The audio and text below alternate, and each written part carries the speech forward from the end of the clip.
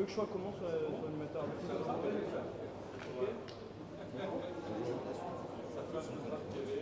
Comment?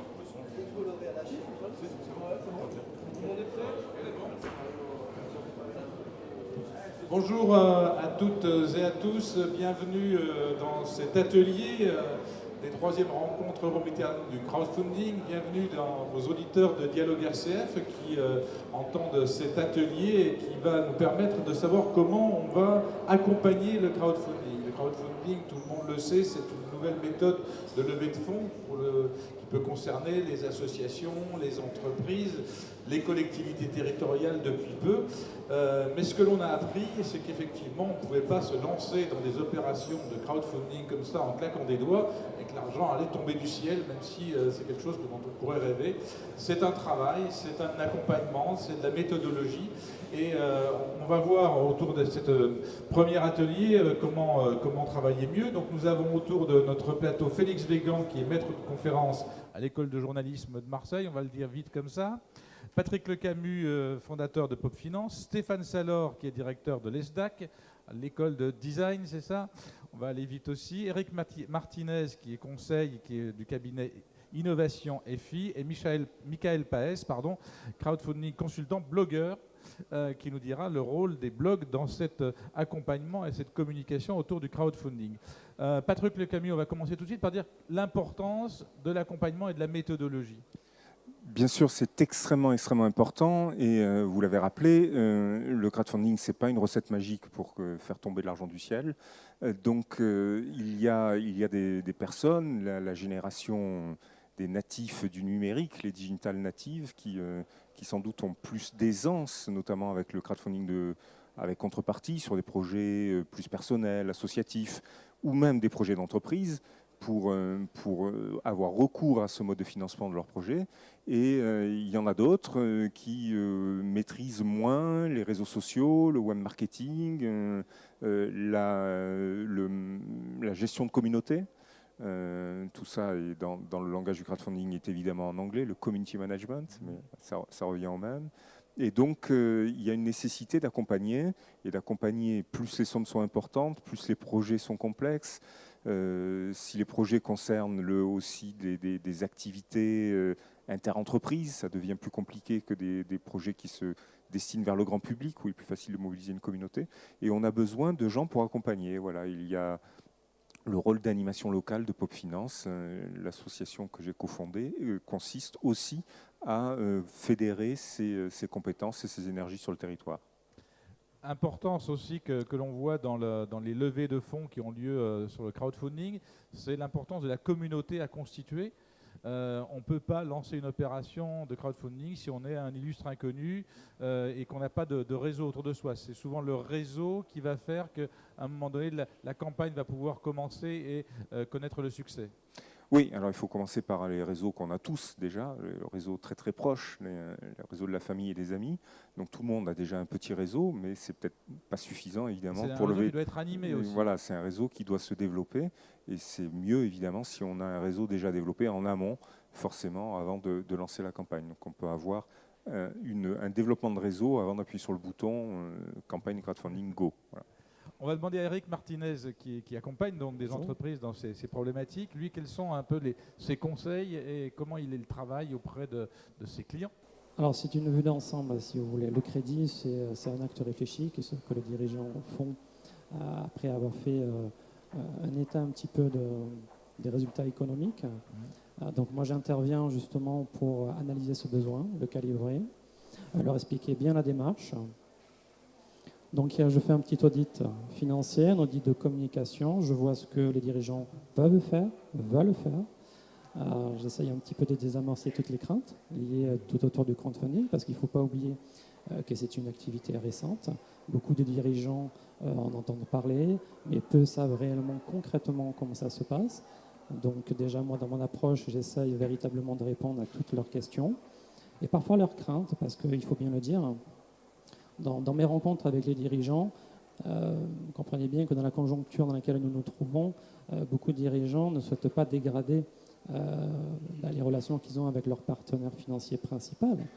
Donc souvent, ils me posent la question. Donc soyons clairs, est-ce que ça va fâcher mon banquier si Exactement. il apprend, et il l'apprendra forcément, que j'ai fait appel à un autre dispositif que la banque pour avoir un crédit? Voilà, tout à fait. Il y a ce premier point. Il y a aussi, pour beaucoup de dirigeants, faire appel, je dirais, au grand public, c'est peut-être une source, dire qu'ils ont des difficultés à trouver des financements dans le circuit classique.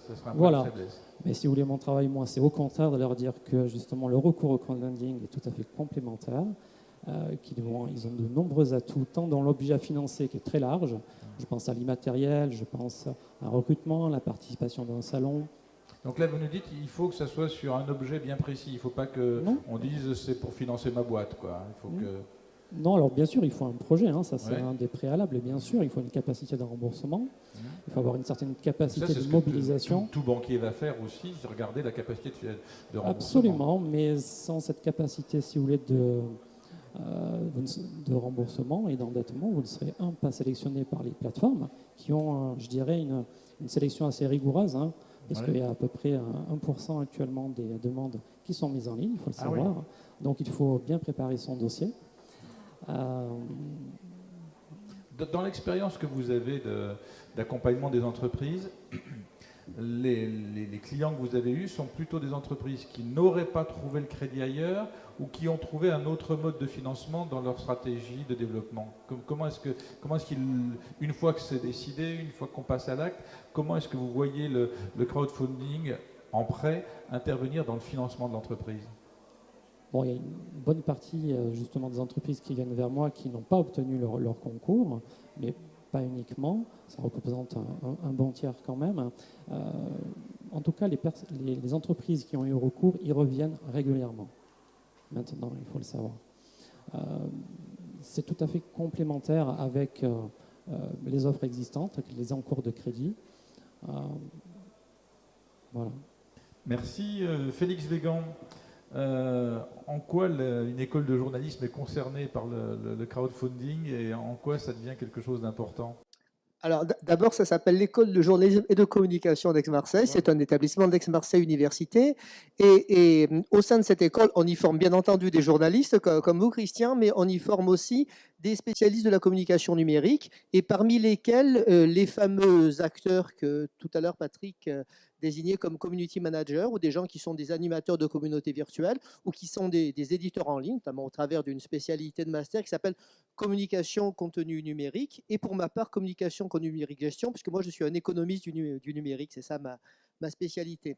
Tout à l'heure, Patrick évoquait les digital natives. Il naît 2,5 millions d'enfants par semaine dans le monde. Oui. Ce qui veut dire que depuis l'avènement de l'Internet mobile avec le lancement de l'iPhone en 2007, il y a déjà plus d'1 milliard qui sont nés. On est dans la semaine économique de la Méditerranée. Ces gamins-là, ils sont plutôt nés outre-Méditerranée et bien sûr en Asie. Oui. Ce sont des gens qui ont d'emblée des habitudes, un rapport au numérique qui les amène et qui les amènera de plus en plus à hacker les dispositifs existants. On parle d'ubérisation, on évoque souvent pour le tourisme Airbnb. Le prochain acteur qui est en cours de hacking, de toute façon, c'est la banque, c'est le système financier. Le crowdfunding, outillé par le numérique, c'est une des modalités par lesquelles ce hacking va se faire, et dont les modalités de financement des entreprises et des projets de demain, ce n'est pas celles qu'on connaît aujourd'hui, c'est celles qui se fondent sur ces usages naissants de maintenant. Alors, le community manager, on comprend bien que ça devient un acteur fondamental du crowdfunding. Quel est son profil? Quelle est son intervention? Comment se forme-t-il? Alors, d'abord, il faut avoir une bonne connaissance, et je pense que c'est la base partout, avant même des outils numériques, de ce que c'est une entreprise, ou plus globalement de ce que c'est un projet. Puisqu'on va parler de crowdfunding, c'est-à-dire qu'on parle de financement, il faut déjà avoir une conscience nette de ce que c'est un projet, de comment ça se préfinance, de comment ça se finance, de comment on fait ensuite du marketing, de comment ça se vend. Ça, c'est une base essentielle, parce qu'on ne peut être que le community manager d'une activité particulière. Et si je forme demain un community manager pour accompagner des entreprises ou des plateformes de crowdfunding dans des perspectives de crowdfunding, je ne les forme pas pour devenir community manager de la FNAC ou de Starbucks. Ce sont des métiers différents.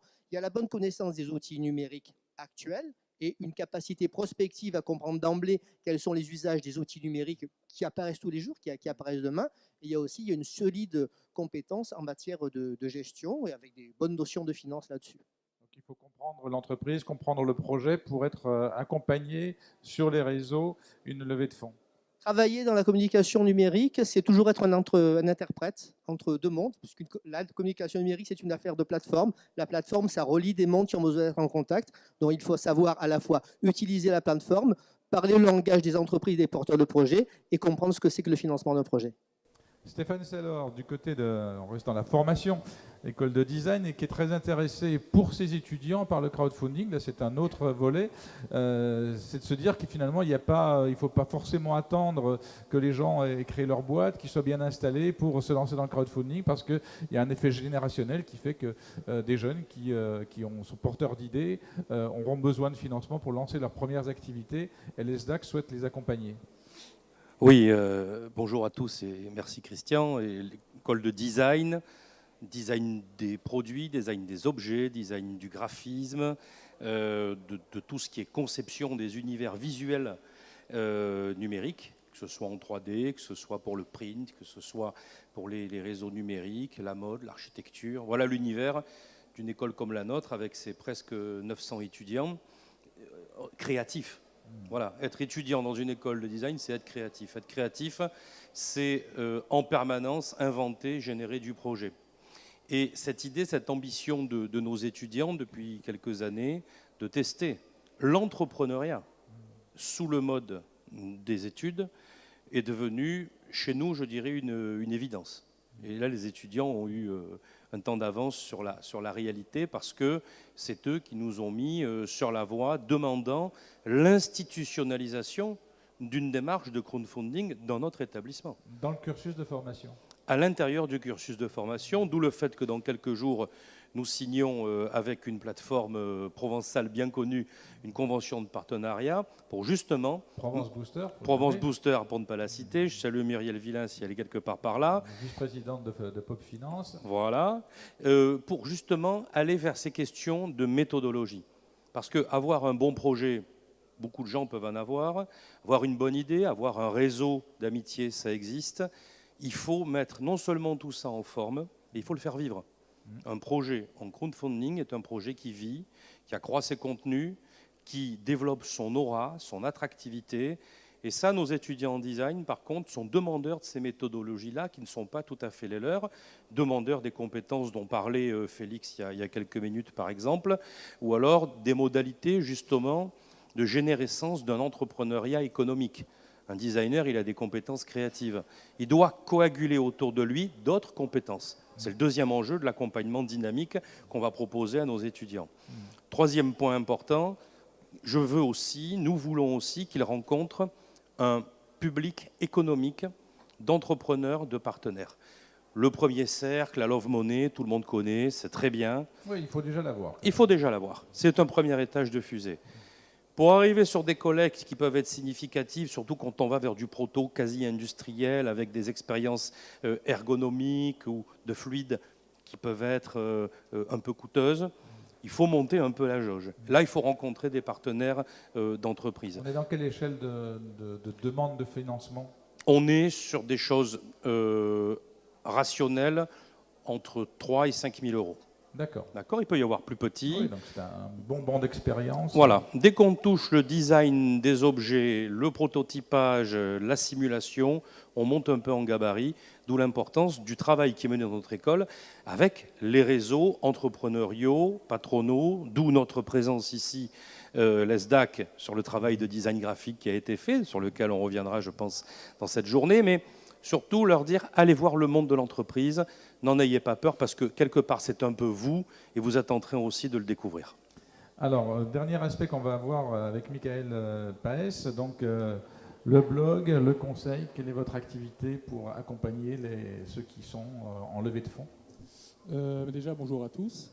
Mon activité, en fait, j'accompagne les porteurs de projets qui mènent une campagne de crowdfunding. Et je suis aussi blogueur, consultant et conférencier sur ce sujet. Je trouve intéressant, je vais rebondir sur ce que Patrick a dit. Patrick il a avancé l'idée qu'il fallait une communauté pour pouvoir lever des fonds en crowdfunding. Ce qu'on constate, c'est que le plus souvent, et on le dit assez peu, mais la norme, c'est l'échec. On voit qu'effectivement, sur des plateformes, suivant la variante, on va avoir des plateformes où moins de 1% des dossiers vont être sélectionnés. Sur d'autres plateformes, tous les dossiers vont sélectionner, mais on aura moins de 10% de réussite. Moins de 10%. Donc, clairement, si on ne se prépare pas, on va droit dans le mur, on n'y arrive pas. Pour ça, l'importance de créer une communauté est vraiment fondamentale. L'objectif, c'est de dire... Je vais raconter une petite anecdote. Donc, récemment, j'ai mon beau-frère qui m'a appelé, qui me fait « J'aimerais bien acheter sur Amazon. Est-ce que Amazon, c'est fiable ?» Amazon, c'est le numéro 1 du e-commerce. Mon beau-frère a moins de 30 ans. Il me pose quand même la question de savoir si payer en ligne, utiliser sa carte bleue, c'est compliqué. Ça reste toujours pas un geste anodin à notre époque. Or, en crowdfunding, on va demander quoi? On va demander à des inconnus de venir financer un projet, de le payer maintenant et de recevoir généralement ce qu'il aura acheté plusieurs mois plus tard, éventuellement s'il existe. C'est une démarche... c'est un pari quand même. C'est un sacré pari, c'est beaucoup plus compliqué aujourd'hui de contribuer à une campagne de crowdfunding que d'acheter un livre sur Amazon. Et c'est pour ça que les premiers financeurs ont une importance fondamentale. Ce sont des gens qu'on va connaître, des gens qui vous connaissent, savent que votre projet est tout à fait bankable, que vous êtes capable de le mener à bien, et vont venir vous financer. Et moi, internaute qui arrive par la suite, qui ne vous connaît pas, je ne vais pas me fier à ce que vous allez me dire vous, je vais me fier à ce que eux vont dire. S'ils vous sont soutenus, c'est que vous êtes fiable, donc je peux vous soutenir. Si personne qui vous connaît ne vous soutient, un inconnu ne vous soutiendra pas. Donc, d'où l'importance de créer véritablement une communauté. Et ce qu'on observe, c'est que les premiers financeurs d'une campagne, entre 15 et 30%, sont des gens que vous allez connaître.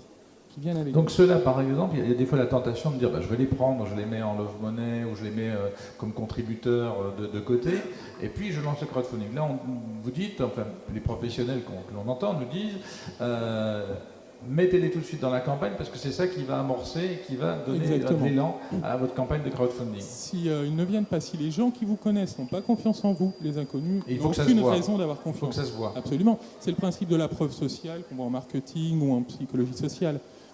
Vous avez un resto vide, vous n'allez pas manger dedans. Un resto plein, vous allez faire la queue pour y rentrer. C'est exactement le même levier psychologique qu'il faut appliquer au niveau d'une campagne de crowdfunding. Le profil des gens que vous accompagnez, c'est quoi aujourd'hui? Vous accompagnez dans les 3 domaines du crowd ou de façon plus privilégiée sur principalement dans le don avec contrepartie, don avec contrepartie. Un petit peu d'investissement, mais la moitié de mes clients au jour d'aujourd'hui vont être des startups qui cherchent à industrialiser et commercialiser un démonstrateur, quelque chose de très classique. Quel niveau de financement ils recherchent? En général, à minima, du 50 000 € sur du don avec contrepartie, et puis on a des demandes à 3, 4, 500 000 € sur de l'equity ou sur du Kickstarter. Là, ça devient des chiffres Ça commence effectivement à être des chiffres importants.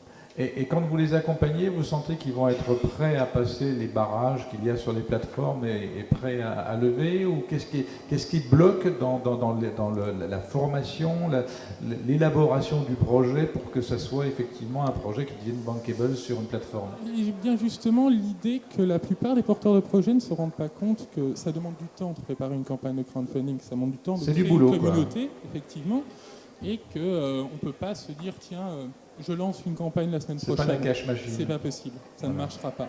Ou alors si on a des besoins de quelques centaines d'euros, mais du moment où on a des besoins qui sont à la hauteur de ce qu'une start-up a besoin, il va falloir y passer plusieurs mois avant de pouvoir lancer sa campagne. Une préparation de plusieurs mois avant la campagne. Exactement. Des fois, on en voit qui lancent la campagne et qui réfléchissent après. J'ai des clients, hier, on m'a appelé, bonjour, j'ai lancé ma campagne la semaine dernière, ça ne décolle pas, que pouvez-vous faire? Rien. Rien. On arrête tout, on recommence. Exactement. On recommence. On réfléchit et c'est pas triste. Exactement. Et on reprend proprement les choses. D'accord. Vous partagez cette méthodologie Non, je dirais que nous, dans le prêt, si vous voulez, le temps de préparation est beaucoup plus court. On est sur donc, quelques semaines de préparation. On est sur des collectes de, alors pour les plus chanceux, quelques jours, mais ça va 4, 5 semaines. Donc je dirais qu'il y a tout un travail, bien sûr, similaire à ce qu'on vient d'entendre de M. Pérez, à savoir pouvoir mobiliser sa communauté.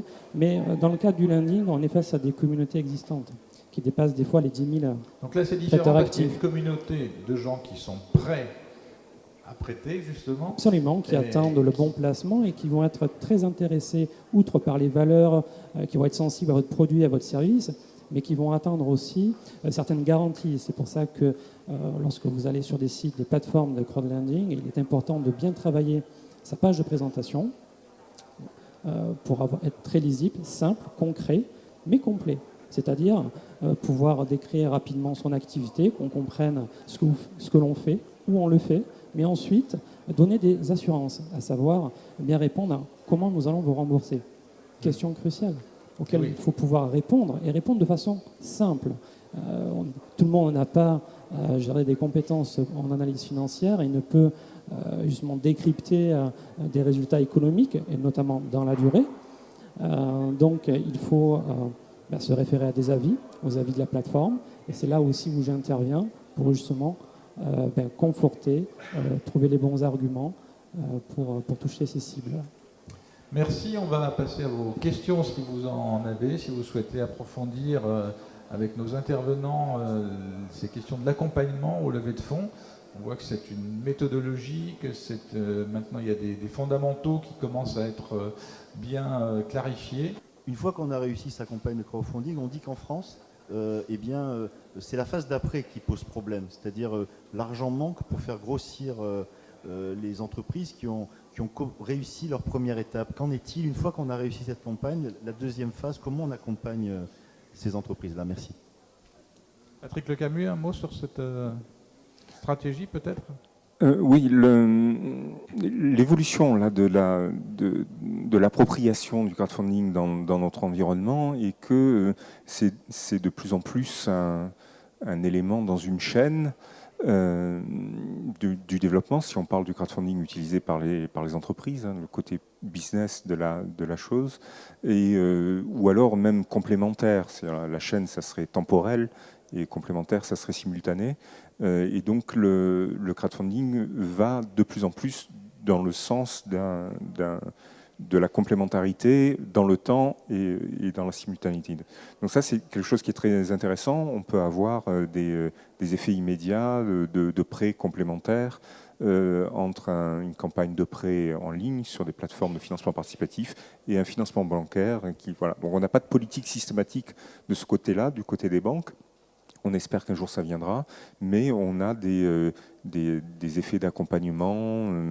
Il y a une plateforme comme Bubbletown qui a signé avec la Société Générale sur du crowdfunding de dons à contrepartie, un abondement systématique pour des projets sélectionnés. Donc ça, c'est le premier élément, c'est le crowdfunding n'est pas isolé. Ensuite, sur ce qui est de l'accompagnement, les structures d'accompagnement et d'ingénierie financière existent déjà. Donc, c'est être intégré dans des dispositifs comme celui de Marseille Innovation, par exemple, sur la région, mais il en existe beaucoup d'autres.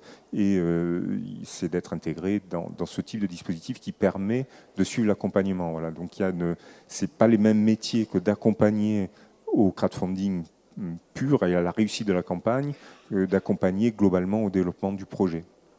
Je crois que ce qu'on entend, puisqu'on reçoit avec Patrick Le Camus des gens qui sont en levée de fonds toutes les semaines sur l'émission emportée par la foule sur Dialogue RCF, on entend deux choses.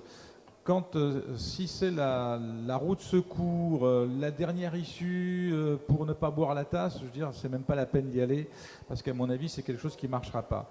Ce qu'on voit qui marche, que ce soit dans le monde associatif ou dans le monde de l'entreprise, c'est quand ça s'inscrit dans du temps long et où le crowdfunding vient se positionner à un moment clé où il n'y avait pas. Il y a une association qu'on a accompagnée, et on est très content parce qu'elle a bien fait sa levée de fonds, parce qu'elle avait un décalage de règlement d'une collectivité territoriale, de l'argent de 2014 qui n'arrivait pas, elle allait fermer.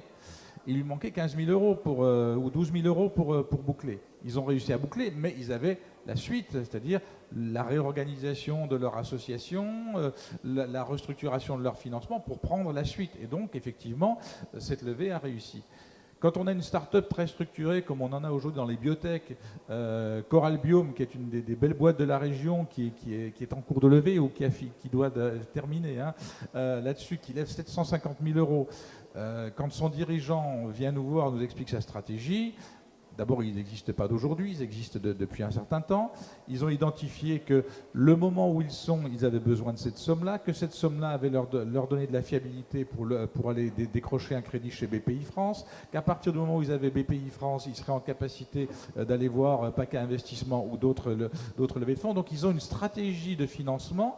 Et à ce moment-là, la brique qui vient crowdfunding a bien sa place au moment où d'autres ne pourraient pas intervenir, mais où c'est conçu comme ça. Si c'est conçu uniquement comme une opération, un one-shot, comme ça, c'est vrai que ça peut poser problème, mais c'est à l'opérateur de se poser cette question. Ce n'est pas le crowdfunding en tant que tel. Le crowdfunding, comme tout financement, il sert à un moment donné, comme le factoring peut servir à d'autres moments. Et si on fait du factoring et puis qu'on arrête le lendemain et qu'on n'a pas de stratégie derrière, on peut aussi se casser la gueule. Donc la réflexion que l'on a, et on voit que les gens se structurent de plus en plus dans du temps long, et que le crowdfunding vient bien s'insérer dans une réflexion sur le financement du projet, encore une fois, que ce soit un projet associatif ou un projet d'entreprise. Oui, et je voulais vous dire concernant le prêt que de plus en plus justement de plans de financement intègrent à la fois des financements classiques et des financements crowdfunding. Voilà, on fait du mix. Les banquiers ont compris qu'ils avaient un intérêt à partager le risque, et d'un autre côté, les dirigeants trouvent beaucoup d'avantages à recourir justement au crowdfunding de plus en plus, car ça préserve une partie de leurs fonds propres, d'une part, et aussi la trésorerie de l'entreprise dont ils se servent. Donc ça dégage des marges de manœuvre. C'est pour ça que souvent, quand ils ont fait une première levée, ils y reviennent. Voilà. Un petit mot, Christian, si Oui, tu permets, parce que vous avez mis le doigt sur, à mon sens, quelque chose qui est essentiel, d'où l'idée de préparation du projet. C'est-à-dire que si on n'a pas une vision financière vraiment, même pour un petit projet, mais je dirais qu'il n'y a plus de petits ou de grands projets. Christian l'a dit, soit c'est un one-shot à 500 € pour financer un petit quelque chose, ce n'est pas dans l'ordre de nos discussions. On est dans un projet qui a un caractère économique, qui peut devenir pérenne, etc. Ce niveau de préparation financier, il impose, à mon sens, la responsabilité. Il y a de la responsabilité dans le crowdfunding, du crowdfunder, de vraiment avoir une vision d'ensemble, d'abord pour sécuriser les gens qui vont répondre à son appel de fonds. Deuxièmement, pour lui, jouer l'étape suivante. Et troisièmement, pour surtout permettre à son projet de vivre et de se transformer pour convaincre les autres partenaires financiers. C'est irradiant. C'est irradiant. Mais tout dépend aussi le moment où l'histoire du projet se mature. C'est-à-dire que Christian a donné des exemples extrêmement intéressants d'entreprises, de biotech et tout. Alors, il y a quelques années, parler à ces gens-là de crowdfunding, même pas en rêve. Mais même pas en rêve, ça n'existait pas, quoi. Aujourd'hui, ils l'intègrent. Pourquoi ? Parce qu'il y a un mot en matière économique qu'on oublie un peu, que j'aime beaucoup, c'est le terme de confiance. Quelqu'un qui réunit sous son nom des apporteurs de fonds dans le cadre du crowdfunding, c'est quelqu'un qui génère de la confiance, donc de l'empathie. Ça veut dire que son projet est regardé. Et ça veut dire qu'il y a une communauté humaine qui vit avec. Le banquier, il est sensible, il n'est pas sensible à ça, ce n'est pas vraiment son problème. Lui, il regarde qu'il y a des fonds propres portés par une communauté humaine et qu'il y a derrière tout un attirail de communication humain, etc., qui vont accroître la viralité du projet. C'est un élément de transformation et de réussite du démarrage. Donc ce caractère humain, ce facteur, je le redis, de confiance, qui est pour moi un élément clé du crowdfunding, parce que quelquefois on donne à des gens qu'on ne connaît pas, etc. C'est un facteur clé pour justement générer le projet et l'identité, et effectivement le développement des phases successives. Patrick Le Camus voulait intervenir ? Absolument, puisqu'on parlait du sujet accompagnement, l'association Pop Finance a monté un projet avec plusieurs écoles qui sont présentées ici, pour deux d'entre elles, donc le JICAM, représenté par Félix Végan, et l'ESDAC, Stéphane Salor, pour faire réfléchir les étudiants sur des solutions d'accompagnement en ligne sur le crowdfunding, et qui peut s'adresser notamment à des publics qui lèvent des fonds de crowdfunding avec dons et contrepartie inférieurs aux 50 000 € et qui, du coup, n'auront pas de solution d'accompagnement qui soit facile à payer. Voilà. L'idée de la levée de fonds en crowdfunding, c'est que c'est moins cher, mais l'accompagnement, c'est du temps jour homme, c'est très cher, et on veut réfléchir à ce mix, faire réfléchir les étudiants et les accompagner dans cette réflexion sur comment mixer l'accompagnement en ligne avec l'accompagnement réel, physique de professionnels. Voilà, c'est l'objet d'un travail qui va débuter ce mois-ci, donc à l'issue des troisièmes rencontres Romanian Crowdfunding, avec 3 écoles au moins, Catch Business School, le JICAM et l'ESDAC, et on espère avoir un 4e partenariat pour qu'il y ait une maquette une maquette informatique web pour développer ce projet-là. Et donc je remercie les deux écoles présentes, les deux personnes qui les représentent, qui sont là et les étudiants qui sont là pour faire ce projet. Et on a eu avec les SDAC aussi, pour la deuxième année consécutive, un travail qui a été réalisé, qu'on peut voir là dans le hall, dans l'Agora, sur des dessins, des illustrations du crowdfunding pour essayer d'enrichir la bibliothèque mondiale de l'illustration du crowdfunding. Donne de belles images, quelque chose qui paraît parfois abstrait. Merci donc à vous tous. Je rappelle que nous avions avec nous donc Félix Végan de Logicam, Stéphane Salor, directeur de l'ESDAC, Eric Martinez du cabinet Innovation FI, Michael Paes, consultant. Merci à Patrick Lecamus qui va prendre le relais pour le débat suivant, qui va aborder un sujet important qui est celui de la réglementation et de son évolution, puisqu'on est dans un pays qui est à la fois ouvert et encadré. Et donc, il vaut mieux connaître cet encadrement avec le prochain débat. Merci à vous et à tout de suite.